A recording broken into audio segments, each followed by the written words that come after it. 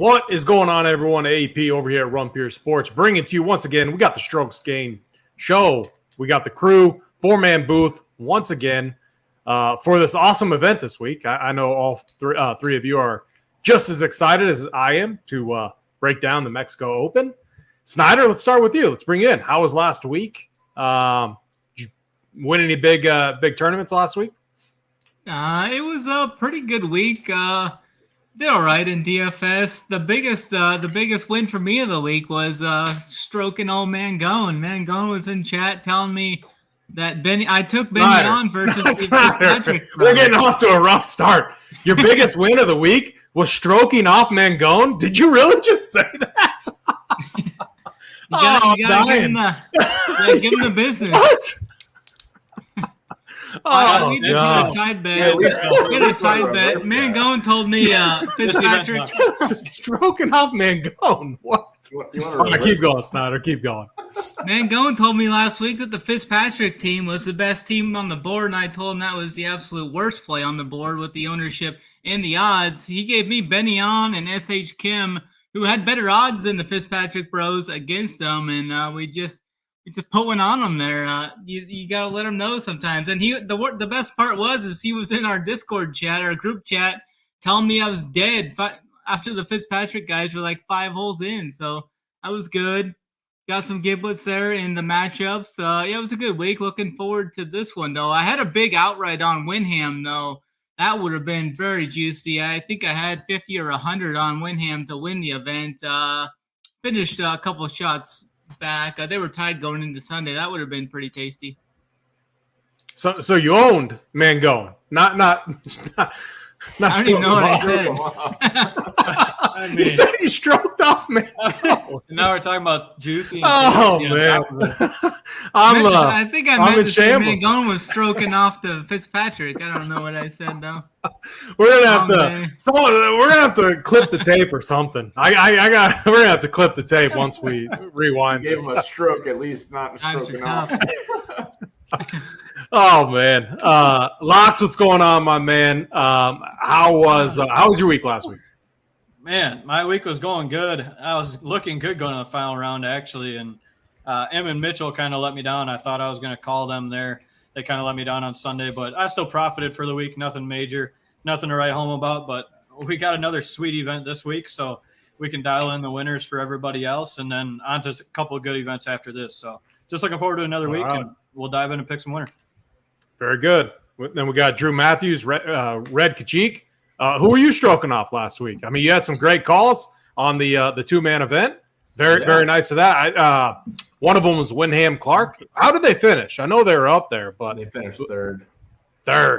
They very nice goal. Last day. I mean, I think it was almost wire to wire. So I was on the TV every night, just stroking the TV, looking at that leaderboard, and love it. Didn't get Wyndham to hold off. He was too tired after all that. That would have been the biggest hit of the week for me. DFS, I ended up playing pretty light, which was nice. Had the player pool right, and then when I got down to the bottom, I was like, this is not going to be very good.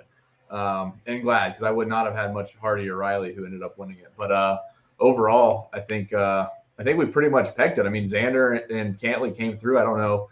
I assume they were on the optimal. They finished 4th, obviously not winning, but I think they had enough points, so they probably fit the optimal build. But overall, I'm happy to move forward to another lower class event, I guess, right before 2 big events. So should be fun. Yeah, and there's going to be. I mean, I remember doing this show last year, obviously with you, Snyder, and there's going to be some discussion points. I think those discussion points are easy once we get to them. Obviously, John Rahm, Tony Finau. And then, all right. So, if Rob Bolton, a guy I love, he PGAtour.com, he does some articles and stuff, always has the power rankings. I think he's really good. Also, he tweets out all the withdrawals and stuff. A great follow. If you're not following him, make sure to go do that. Always a good one to have. I mean, when you got Ches Reavie in your top 15 power rankings, it's a weak field event. And that's what we're dealing with this week at the Mexico Open. Snyder, I'm going to kick it right back to you. Talk to us about the course this week. Yeah, we're down here in Mexico this week at Vidanta Vallarta, I think is how they pronounce that country club there. Par 71, measuring 7,456 yards. This track is going to be a unique setup here. Is it has 5 par 3s, 4 par 5s, and then 9 par 4s rounded out. 2 of the par 5s are going to play over 600 yards, and 4 of the par 4s are going to be playing over 500 yards. So it's going to be a long track here. They have really wide fairways here, so you can just grip it and rip it here. A distance off the tee is going to be key here, as well as long iron play is what I'm looking at here. The course is going to have that paspalum grass again here, wall to wall. I mean, the course could play a little slower, I think. Normally, this paspalum grass rolls has less rollout in the fairways and rolls slower on the greens as well. I think the stimp will be right around 11 this week. It actually ranked 24th out of 50 in the difficulty ranking last year. There's going to be 11 holes, I believe, with water in play this week. We need to keep our eye on the forecast, as we could see some higher winds, most notably in the afternoons. Usually is when we see that here. Some key stats we'll be looking at this week: strokes gained off the tee with an emphasis on distance, approach, par 5 scoring, proximity 200 plus, and then birdies are better gained. Yeah, very good. I remember this course. I think it was fairly easy, but there's some tricky holes. It's kind of tough because it's a weak field event. I think with John Rahm, obviously defending champion here, I don't know. I recall him playing like okay, and that being enough to get the job done. So that is going to be the interesting debate this week. What to do with the top dogs? You know, they're at the top. John Rahm, Tony Finau. If you haven't yet, hit the like button, hit the subscribe button. Helps us out each and every week. We appreciate it. We're going to go tier by tier. That's what we do each and every week. Drew, I'm going to start with you. Let's just go. Let's just talk Tony Finau, John Rahm, and then we're going to go the rest of the tiers. What are you doing with these two guys? Obviously, well and above as far as talent goes, name, recognition. They're well ahead of anyone else in this field. What are you doing with Rahm and Finau this week?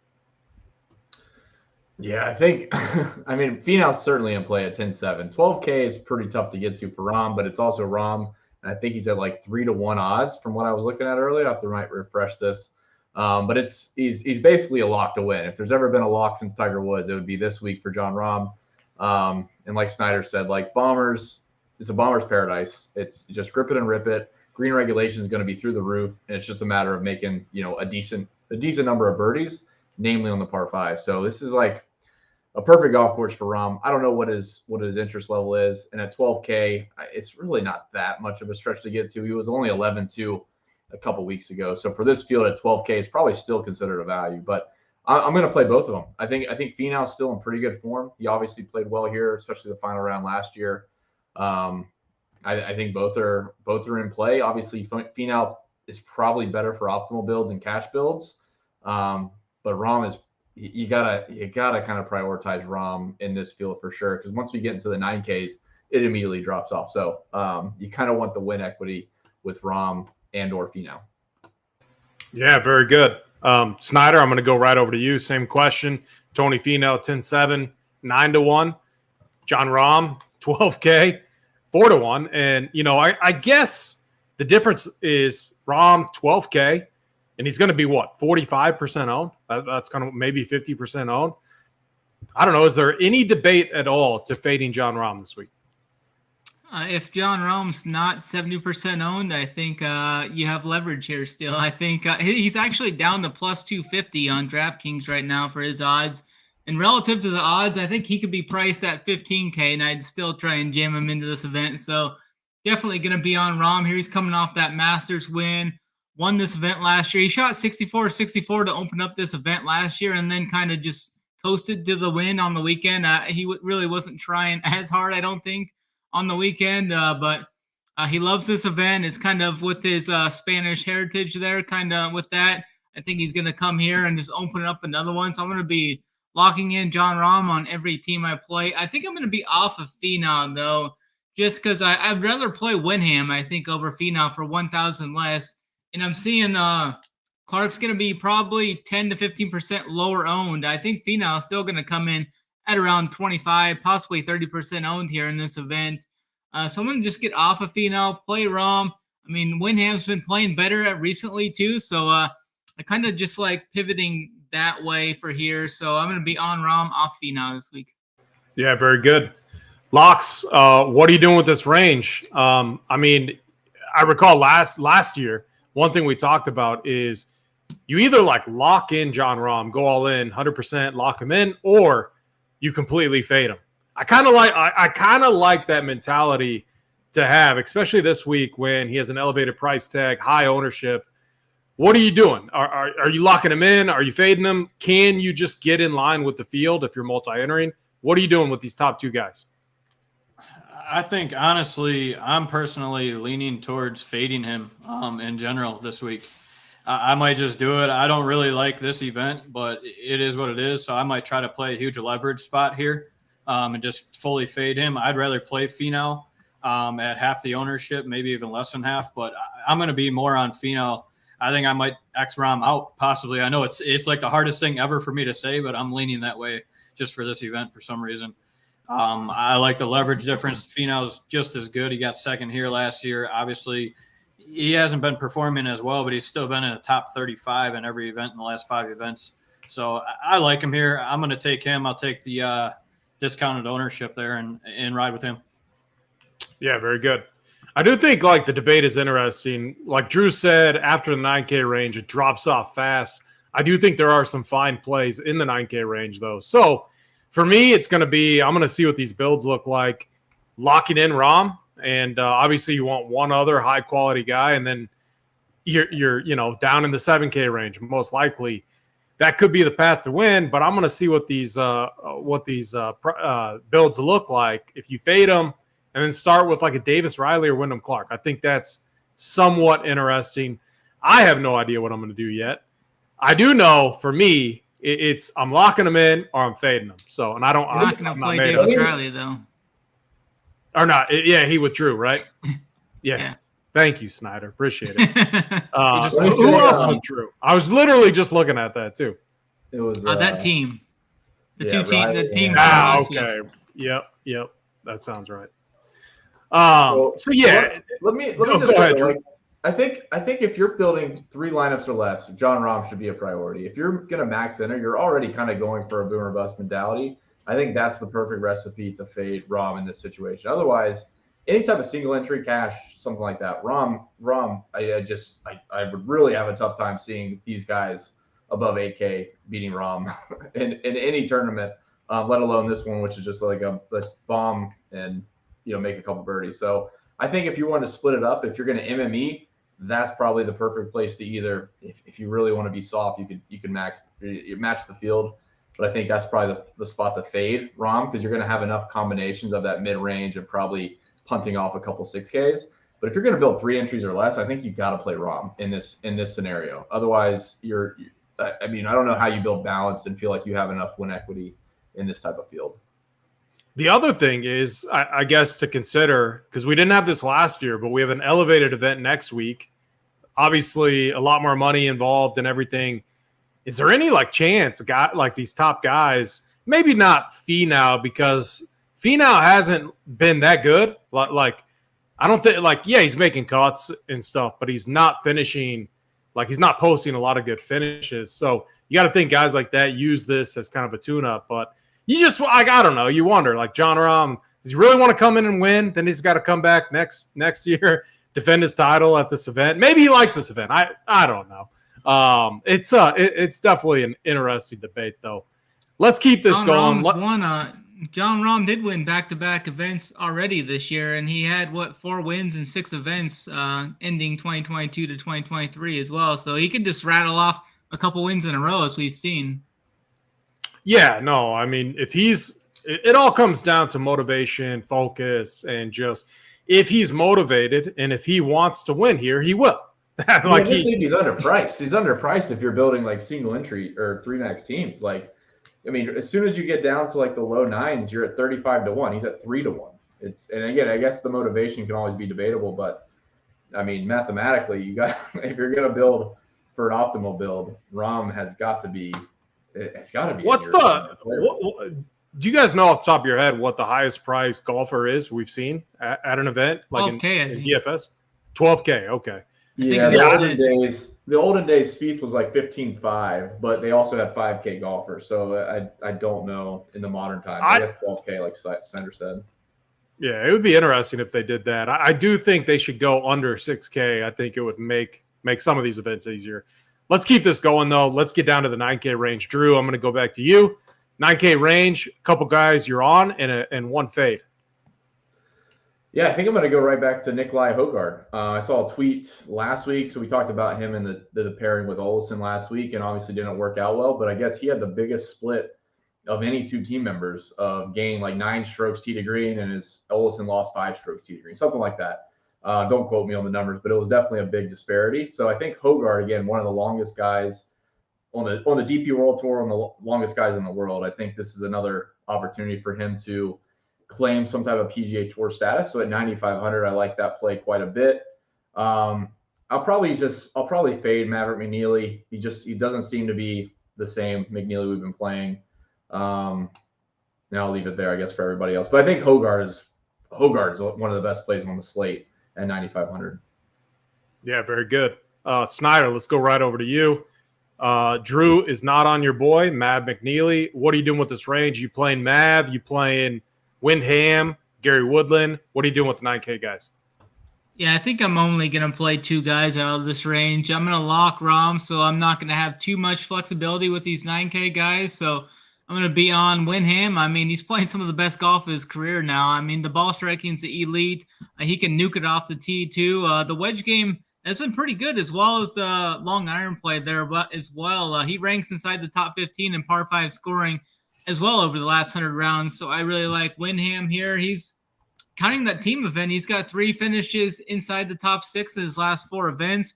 I think Windham's the guy that can beat Rahm here if anybody does. So I like Windham. And then I'm right there with Drew. I think Højgaard is a great play this week. I've been playing him every tournament that he's came to the PGA Tour this year, so I'm going to keep riding him here. I like Højgaard and then Windham up top for this 9K range.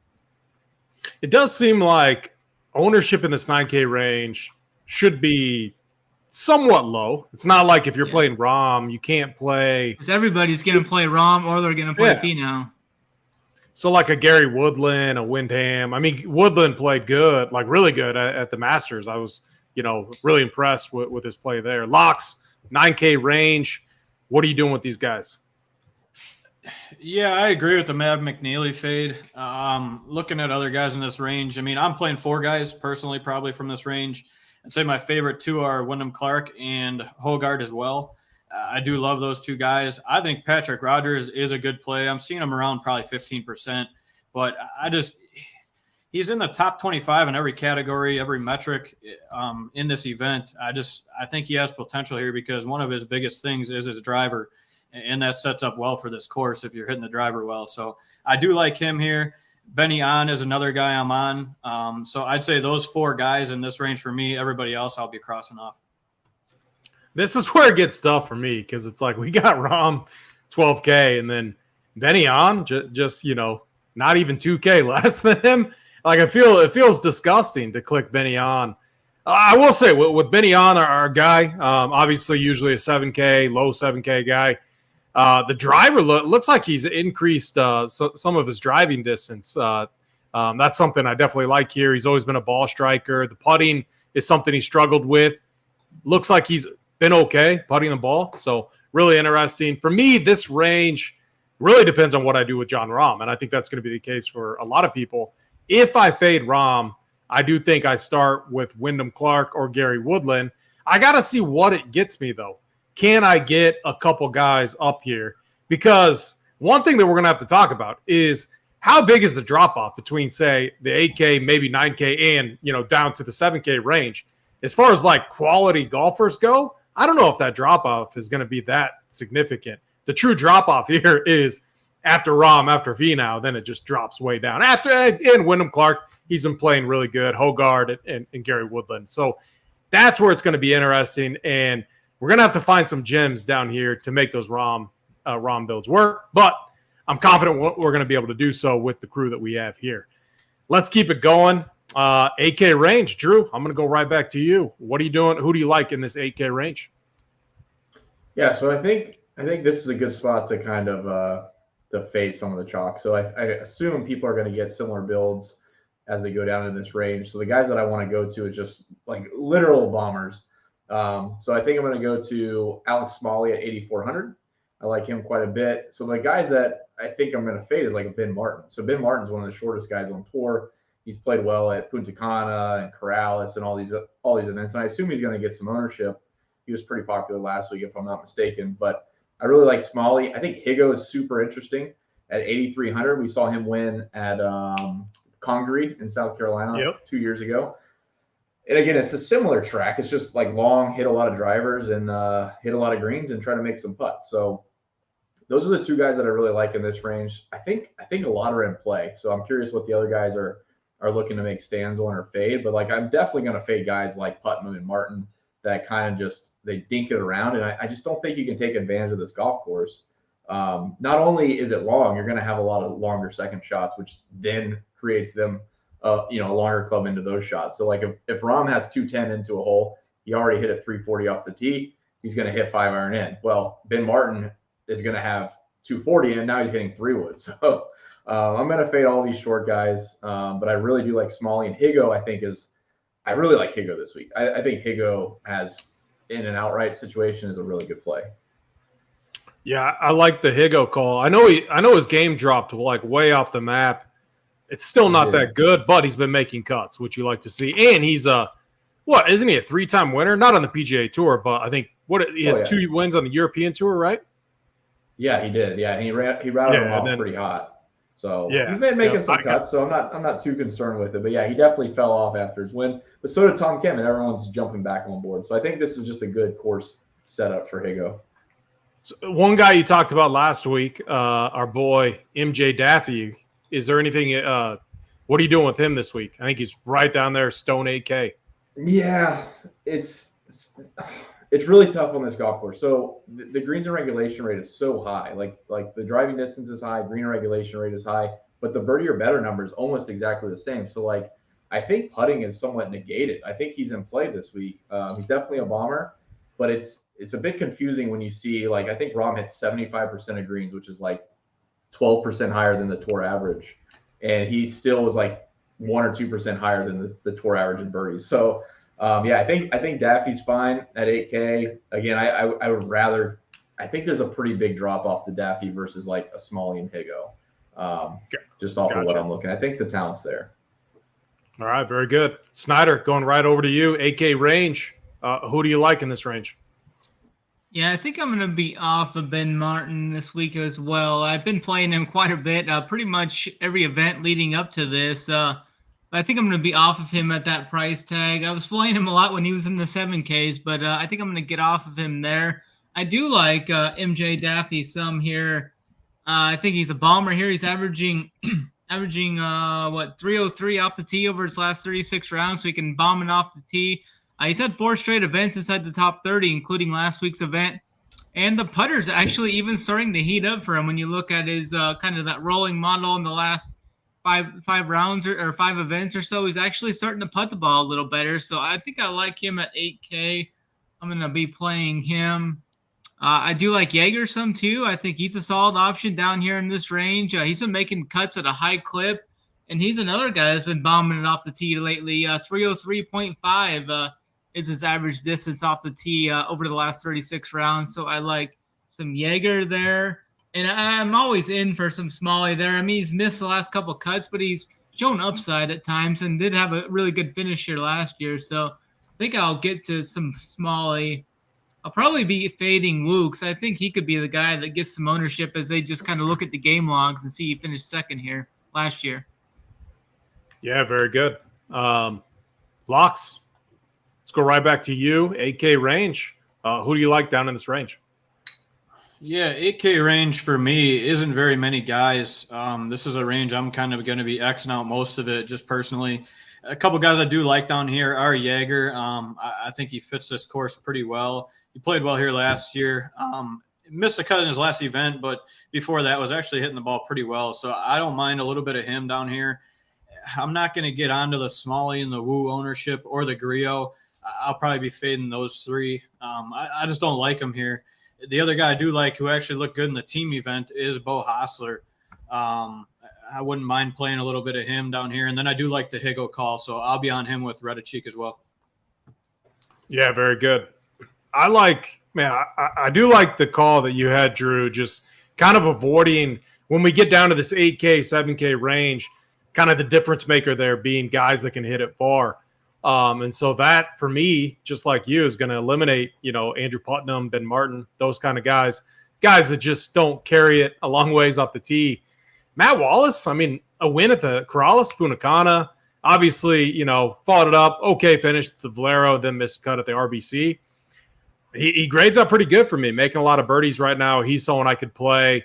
I like Steven Yeager as well, down in this 8K range. And then I like the Garrett Higo call. I think all of those are really great options. And then kind of just fading these guys that are projecting to be chalk. So a lot of my strategy, I guess, this week, if I'm locking in Rahm, which that's kind of what I'm leaning to do, is we got to get leverage somewhere. And it's just when we get down to the 7K, 8K range, whoever is starting to project to be the highest, probably just auto fade unless they're for some reason, really good plays. So I love those calls. Yeager, Matt Wallace, kind of my favorite too. And then I think you sold me on Garrett Higo as well. Let's keep this going. If you haven't yet, hit the like button, hit the subscribe. Helps us out a lot over here at Ron Pierce Sports, and we appreciate it. Let's, Drew, let's go right over to you. The 7K range. Talk to us about a couple golfers that you like down in this range. Yeah, similar theme to the 8K range. So the first thing I'm filtering on is guys that can bomb it, and then I'm trying to fine tune the approaches from there. So Joseph Bramlett checks a lot of boxes at 7,800. I like that play quite a bit. Again, easy fades is guys like Ches Reavie, David Lipsky, Dylan Wu. They just don't check enough boxes for me to get excited for them to be having a lot of approaches over 220. So I do like Luke List here. I think that's fine. I kind of skipped over Robbie Shelton right at 8K. I think he's also definitely in play. And then as we go down, I think Akshay Bhatia is a really interesting play at 7,400. If not even one of the better plays on the slate in terms of his upside. He tends to do well in these coastal courses, and this one definitely sets up as a resort/coastal course. He can bomb it with the best of them, and he's got a win, I think, last fall over in Punta Cana or Puerto Rico. So I still like the vibe that he gives off for this type of golf course, because it's just kind of a grip it and rip it. So again, it's pretty simple. It sounds super simple, but yeah, pick out the bombers and then see how their recent form looks decent with irons, and that's where I'm going. So those are the three that I'm really targeting. Yeah, you can't argue with that. And if we're going the route of locking in Rahm, you're going to have to take some shots down here, and it's going to be kind of a hit or miss type of ordeal that we're dealing with. Yeah, I'm sure the ownership's going to go to Bhatia at the price. It's tough to avoid, but as you go down past that, it's really going to be taking, darts like Vincent Norman. I didn't mention. I'll throw his name out there. I like him quite a bit this week. So you kind of gotta, once you play Rahm, you do have to be cautious of playing too much chalk from there. So I probably rattled off some chalkier names, but those are the ones that I like in my player pool. And then just be cautious not to jam too many into single lineups. Did you mention Sir Cameron Champ at all? No. So. Drew, is there any? We've seen Cameron Champ multiple times. His wins on tour, he has 2 or 3? They come out of nowhere. Is there any chance Cameron Champ? I might be a sucker and play him this week. No, he's probably fine to play this week.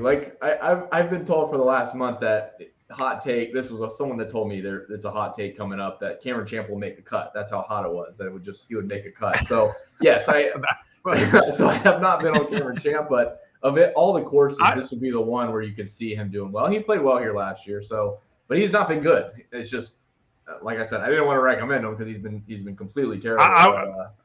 I would literally bet him to miss the cut, and then also put an outright on him, in a bet like this. It's literally. Yeah. All right, good stuff. Yeah. Snyder, let's go over to you. Snyder, let's. Yeah. Go ahead. For me in this range, my favorite play I think in this range is someone Drew mentioned at the end there, Vincent Norman. He really jumped off the page to me here. I mean, he can nuke it off the tee. He's averaging 308 off the tee his last 36 rounds. I really like that. And then you look at his form here. He comes off that top 10 last week in the team event. His game looks solid there. And then some comp courses, 16th at the Punta Cana, 21st at Puerto Rico. I think he's a really good play here. And it looks like he's going to be under 10% owned. So I like that for sure. I always like playing Patton Kizzire in these weaker type events. He's 7.6K. I think he's solid there. He's flashed some upside a couple times this year as well. 11th at the Amex, 10th at Valspar, and he enters off 5 straight made cuts. So I like Patton Kizzire quite a bit. And then Novak, I like him too some for an upside guy. He's made 7 of his last 9 cuts, finished 9th at the Valero a few weeks ago. So I think Novak brings some upside down here. I think I may play a little Ches Reavie though, because just off of his form, he's actually playing some really good golf and did finish in the top 15 here. So as long as the ownership doesn't get too crazy with Ches and he's right around 10%, I think I could play him this week as well. Yeah, Andrew Novak, a guy that I played a couple times, is just like a random low-owned cheap punt. He's been riding a hot putter right now, which is kind of a concern here, especially if you think putting will be negated. And so that would be my one concern. But we got to take some shots down here. We got to take some risks. So I don't mind that at all. Question right back at you. So, when I was looking at Rob's top 15 rankings, Ches was in there. What are you seeing for Ches Reavie's ownership, Snyder? It's going to be right around 10%, I think. I'm looking at a couple of things right now. That'll probably be the case for a lot of these guys in this range. Yeah, for sure. Very good. Locks, let's get down to you, 7K range. What are you doing down here? Yeah, I find myself down here actually probably more than a lot of people are going to. I actually do like some names down here. There is some fades, like the Will Gordon ownership that I'm seeing. I'm okay not playing that. He just hasn't looked good. I don't see really why he's getting all the ownership that he is down here. A couple of guys that I'm going to be playing are Luke List. I think he fits it well here. Played well in his last event. Not really playing well before that, but I just think it's a guy. I never get him right. Don't get me wrong. It's a guy I never freaking get right, but I feel like this week is going to be one of these weeks. It's a shittier field. He's a great ball striker. If he can just get some putts to fall and around the green, then he's got a chance, I think. So I do like me some Luke List. Another guy I'm high on is Eric Cole down here. Just hitting the ball really well in all facets of the game, really. He's actually playing well. Yeah, he missed his last cut, but before that, he's been playing well this year. So I like him. Lanto Griffin had a great finish here, 15th last year. Some interest in him. And then just a couple other names I'll be playing. Eric Van Rooyen. I'm always a sucker for him. In these weaker fields, when he gets priced so low, I don't get it. He's got, I think, upside to win tournaments like this where there's not as good a competition. And I don't know. I think he's got a chance here to surprise people. And then I do like the Vincent Norman call as well. So those are just some names I'm on. The rest of this range, I'm probably not playing. And I'll be playing our boy Akshay as well. God, I'm looking down at this range and, oh, man. I mean, there's some gross names that guys are playing good. I mean, let me just ask one question to the panel here. Anyone playing Jimmy Walker? It looks like he's increased the driving distance a little bit. He's actually been playing pretty good. Dusty. Very, very, very dusty. Anyone? Drew? Bueller? No. Just going to ask that too. I don't know. I can't get on board. I guess I saw. He what? I think he fluked it at the RBC. I think that was it. Was it? Yeah, same. And this might be a donkey take, but sometimes I look at these events and it's like, gosh, you look at guys like that, guys that are kind of on their way out. This is an opportunity for them to get some points, secure that kind of status. At the same time, could put more pressure on them too. So I've got myself into trouble with clicking some of these dusty names like the Charlie Hoffmans, the Jimmy Walkers of the world down here. I like the Vincent Norman call. I think that's interesting. I'm going to mix in some Cam Champ, especially in my ROM builds. just because I think even though he's been terrible, there is some degree of win equity because we've seen him do it randomly multiple times. Locks, I might actually get on your boy EVR, Eric Van Ruin. His price is the one where it's like when you look at this field and the quality of a golfer that he has been previously, maybe not playing that right now, but it seems like he should be 8 or 9K, like up there with some of those other guys. I mean, I know the results haven't been there recently, but he has posted good finishes in the past. So I think he's an interesting name. Akshay, I also think is interesting. I'm going to play some of my boy Nate Lashley, Nasty Nate, coming off a made cut at the RBC. He played really well here last year. It looks like some of those metrics are starting to trend in the right direction. Maybe he's starting to find his game. And then I like to call on Ches Reavie, Snyder. I got to get a couple short hitters in there. I think if I'm going to do it, they got to be down in the 7K range with my boy Ches coming off a 6th place finish at the Valero and 11th at the RBC. So, again, a tough range. And I think, like, if you're running 150, one thing that I would do, and I think a lot of people might do this, but lock in Rahm and then maybe get very, very over on another high-quality guy up top and then just, like, mix and match down here. You got to still make some cuts, but mix and match. Like, set a minimum ownership of, like, 5%, 7% on all these guys and then, like, a cap of 15%. And so you just get Rahm, and then you're literally just mix and matching, trying to get that nut combination, assuming Rahm gets it done for us. Let's keep it going. With how gross it's been, fellas, I'm really, really scared to get down to the 6K range. But we got to do it. Drew, I'm going to start with you. 6K range, who do you like down here? Yeah, I got 3 names for you. And honestly, in MME, you could probably talk me into almost everyone down here besides like Brandon Matthews, who someone might tout his driving distance, but he's withdrawn probably more. Any relation? No, Any relation? No relation. 0. He actually has 2 T's. And I only have 1, so that's the difference. Oh, okay. There you go. One of our parents was not the same. One of our great grandparents. But yeah, he does bomb it, but he has not been good, and he's been withdrawing left and right. So I would warn everyone to play him, like to not play him just because of that. The players that I do like that are, again, you got to be a little bit picky. You're probably going to have to play some guys that aren't the longest. And honestly, you're probably going to play guys that have made like 2 cuts in their last 8 events. And that's just the way it is in the 6K range. So a couple of names. Kevin Roy, I like quite a bit. He's at 6,500. Tano Goya at 6,700. Like that one quite a bit. He has a couple made cuts. That's always good. And then Carson Young, I think he'll probably get a little bit steamed up, but he did finish well at the Honda Classic and RBC Heritage. Not not comparable at all to this golf course, but it is nice to see a good finish in those like kind of questionable fields.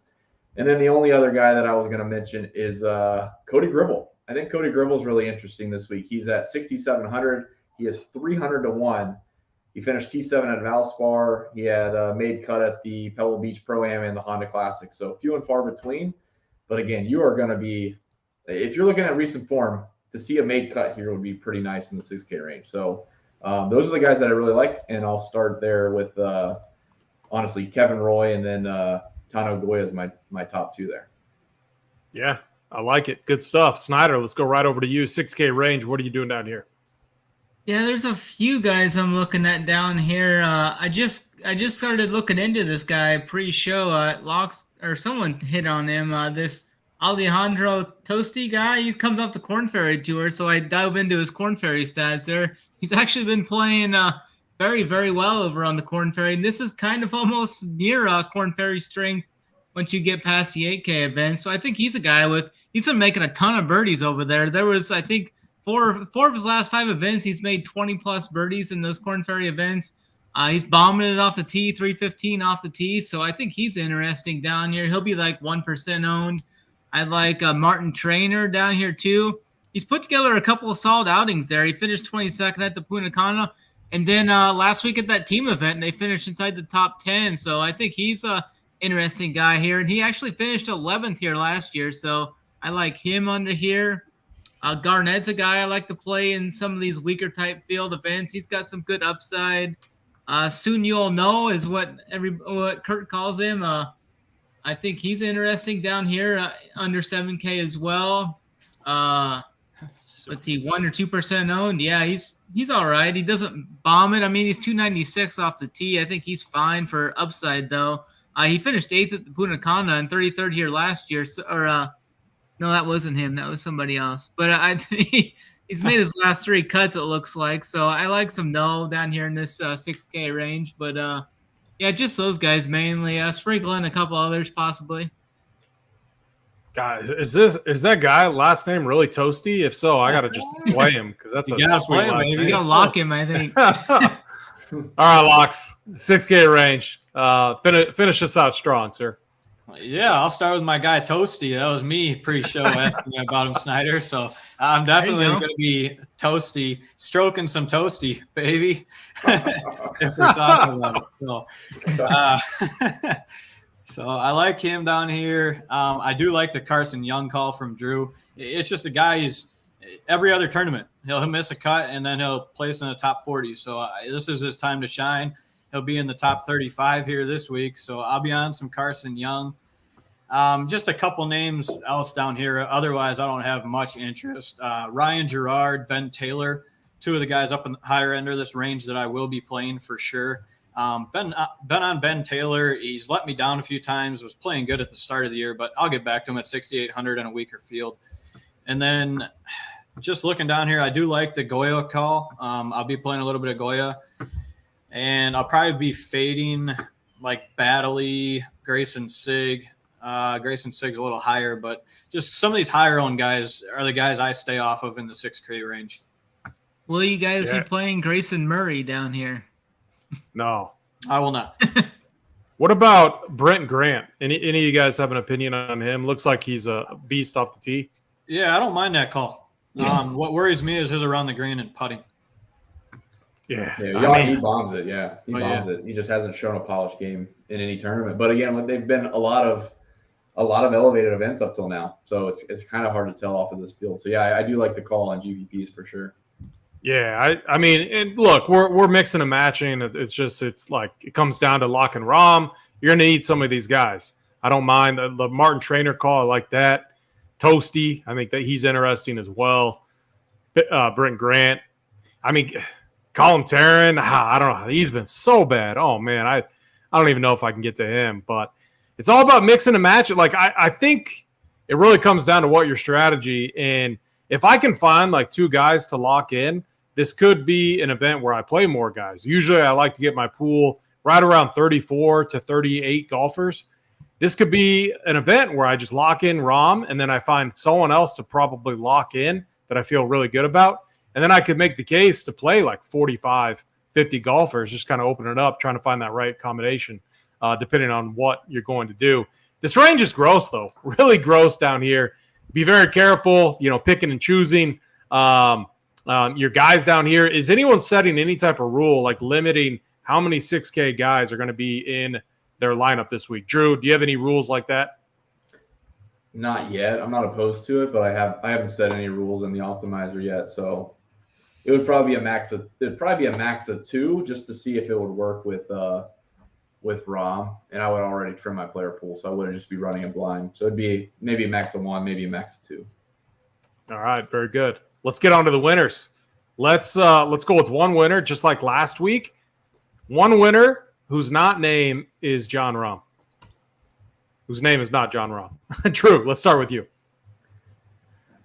Yeah, I think I might be stealing one of the guys' plays, but I think Stefan Jaeger is a good one at 35 to 1 is what I see him at. So Stefan Jaeger, I think he checks all the boxes. Irons are good, and he hits it long enough to contend here. And he's had some good finishes the last 2 years, so I like that play. Yeah, very good. Snyder, who do you got winning this week? I'm going to go with my guy, Win Ham. I think he's finally going to get it done here this week if John Rahm doesn't. The best odds I'm seeing on him right now is over on FanDuel at 19 to 1 for Mr. Ham. I think if Rahm doesn't win, the next guy that's playing not as good, clearly, but almost as good results-wise, 3 top 6s in his last 4 events is Mr. Ham. Maybe he can get into the winner's circle here. Very good. Locks. Who do you got winning? For me this week, I'm going to go with the dude that's just all-around game has just been solid as can frickin' be. He's been playing super well, has a runner-up finish recently. I'm going to go Nikolai Hogard taking this thing down. I think he's going to blow away the field here. He's going to win by a couple strokes, I think. I'm calling it. He's just coming to play. He's taking this thing down. Locks, I got one other question for you just because I saw the apparel that you have on. I mean, the collapse yesterday of your Bucks. I mean, are they going to get it done? Like, are they going to make this a series? Are we going to see game 7, or are they done? No, it's going to game 7. I don't know what that was. I was at the gym watching that, and I was about to have a heart attack. I was like, what is going on? And Jimmy Buckets was just he was Jimmy Buckets. Might be one of the legendary performance. Probably the best, and I watch a ton of NBA. Probably the best performance I've seen, and I can't remember a performance like that good. I mean, it was insane. So it was insane. I'm with you. Like, I think the Bucks are obviously the better team, top to bottom. God, it's just crazy. But to me, that's just what it's going to take. He's going to have to play like that every game for Miami to beat the Bucks, I think. Yeah, you're not wrong. All right, my winner, I'm going to steal Drew. Drew, I'm going to steal your play. I really like this call on Garrett Higo. Obviously, he's won on tour. 3-time winner, I believe, if you're including the European Tour. Garrett Higo to win this event. I think it sets up really well for him. If you haven't yet hit the like button, hit the subscribe button. It helps us out a lot over here at Run Pure Sports. All the premium content is going to be up tomorrow for all of you. The heat map, the playbook that Snyder does. We have Showdown this week. Drew has a player pool. Big T has his player pool and notes. And we got the core plays from everyone else. With that, let's enjoy it this week. Let's have a great time. Should be a fun event. Made decision, lock Rom. Don't lock Rom. Either way, it's going to be a fun time. Let's win some money. And always, let's run Pier. Snyder, get us out of here.